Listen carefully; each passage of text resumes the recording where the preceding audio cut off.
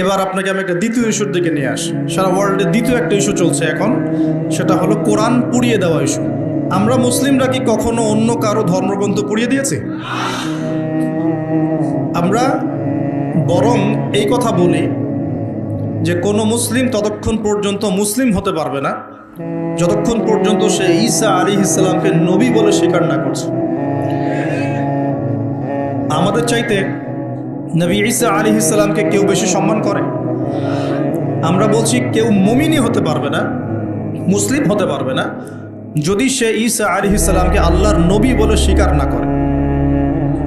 এখন তার অনুসারীর দাবিদাররা তাহলে কেন কোরআন পড়িয়ে দিচ্ছে?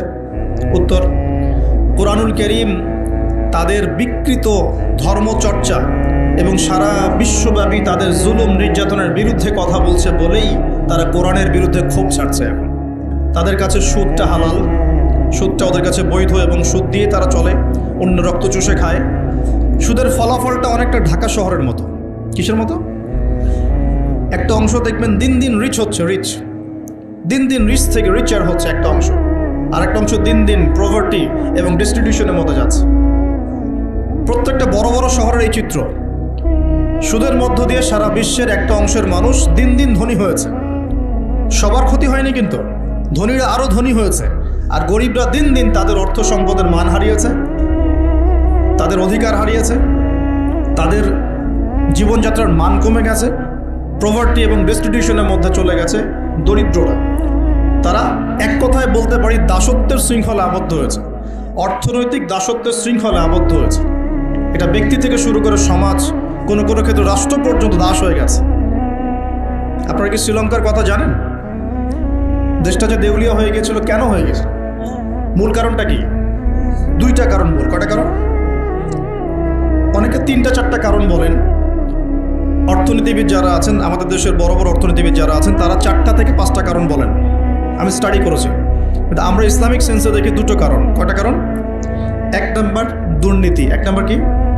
দুর্নীতি। 2 নম্বর হচ্ছে রিবা বা সুদ। ব্যাস, যথেষ্ট। বাকি যেগুলো অপরিকল্পিত প্রজেক্ট ইত্যাদি ইত্যাদি, এগুলো অত মেজর কারণ নয়, এগুলোকে সামাল দেওয়া যেত। মূল কারণ 2টো, একটা হচ্ছে করাপশন বা দুর্নীতি, একটা হচ্ছে রিবা বা সুদ। আপনারা কি জানেন এই উপমহাদেশের মধ্যে আরও একটা কান্ট্রি ঠিক শ্রীলঙ্কার মতো পরিণতি বরণ করতে যাচ্ছে? নো, বাংলাদেশ না, এক্স্যাক্টলি পাকিস্তান।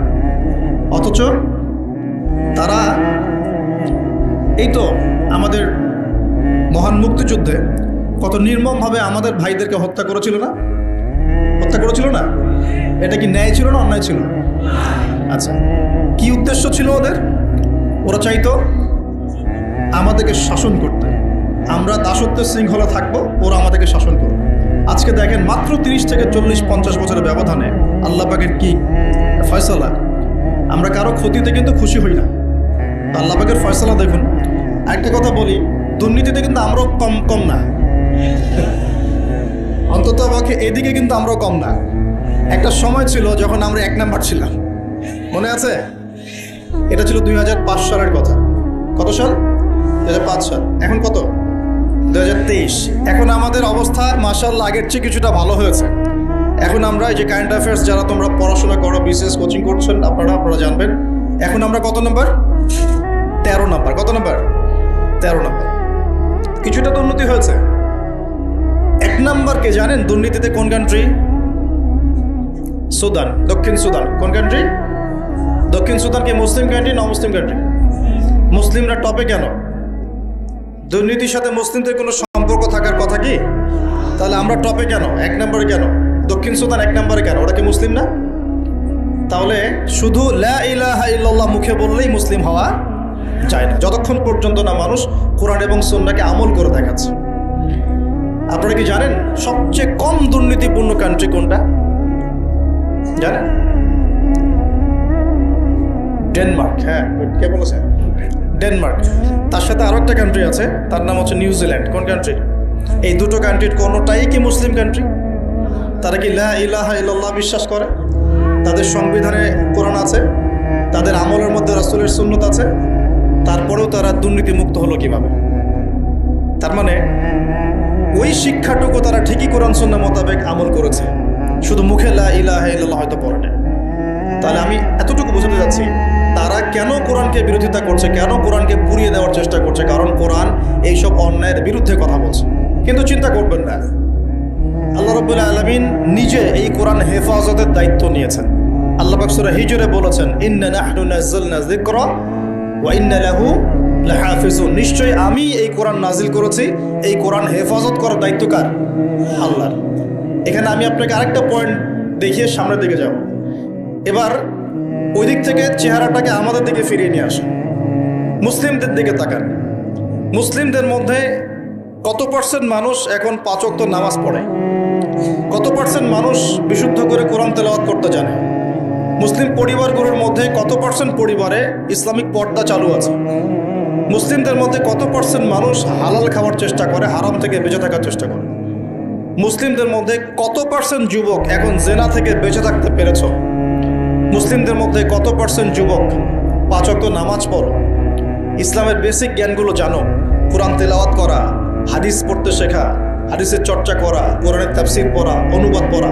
মুসলিমরা এই বেসিক কাজগুলো কত পার্সেন্ট মানুষ করছে? এদিকে আমাদেরকে বেশি ফোকাস করতে হবে।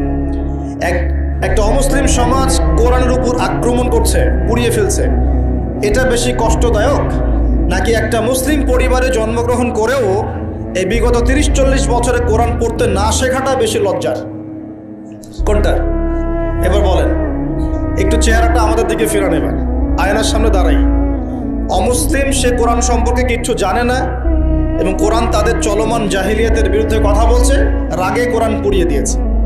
বুঝলাম কাজটা খুবই খারাপ, জঘন্য কাজ এবং নিন্দনীয়, ব্লাসফেমি। এটা সারা বিশ্বে একটা মানবতা বিরোধী অপরাধ। এই কাজটা অপরাধ কিনা? আচ্ছা, এখন মুসলিমদের দিকে তাকিয়ে দেখুন। আমি এখন মুসলিম পরিবারে জন্ম নিয়েছি, 20-30-40 বছর আমি কাটিয়ে দিলাম মুসলিম পরিবারে। জন্ম নেওয়ার পরেও, মুসলিম পরিবেশে থাকার পরেও, কোরআন সুন্নাহর বয়ান শোনার পরেও, জুমার নামাজ পড়ার পরেও, ঈদের নামাজ পড়ার পরেও, রমজানের রোজা রাখার পরেও, আলেম ওলামাদেরকে পেয়েও আমি যে কোরআন তেলাওয়াত করতে জানি না, এখন আমাকে কি করা উচিত?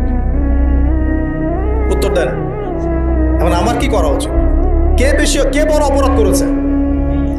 কে বড় অপরাধ করেছে? আমি মুসলিম পরিবারে জন্মগ্রহণ করেও কোরআন পড়তে জানি না, আমি কি বেশি বড় অপরাধী? নাকি যে ব্যক্তি কখনো কোরআন চেনেই না, জানেই না, যে কোরআনকে অবমাননা করছে, কে বড় অপরাধী আসলে? আল্লাহ রাব্বুল আলামিন সূরা ফুরকানের মধ্যে বলেছেন যে আল্লাহর রাসূল সাল্লাল্লাহু আলাইহি ওয়াসাল্লাম আমার উম্মত, মানে আমাদের উম্মতে মুহাম্মাদের বিরুদ্ধে আল্লাহর কাছে অভিযোগ পেশ করবেন। কার বিরুদ্ধে? এই যে উম্মতে মুহাম্মাদের বিরুদ্ধে।